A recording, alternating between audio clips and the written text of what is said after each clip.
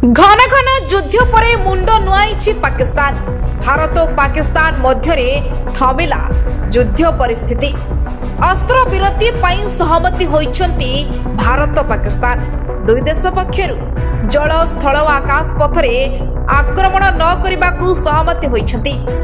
भारतीय समय आज संध्या 5टारू अस्त्र विरति लागू होइछि। दुई देशर डीजीएमओ स्तरीय कथबार्ता पर अस्त्र विरति पई सहमति होइछंती। अमेरिका राष्ट्रपति ट्रंप को सूचना पर एक कथा स्पष्ट करिसेंती भारतर वैदेशिक सचिव विक्रम मिश्र।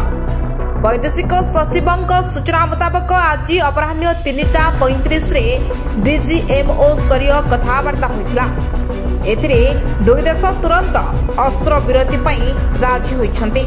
दिने सेना को उभय देश पक्षरु अस्त्र विरति सहमति कथा जणाई दिया जाइछि। एही प्रसंग रे आसंता 12 तारीख 12 टारे पुणी थरे डीजीएमओ स्तरीय आलोचना हेबो।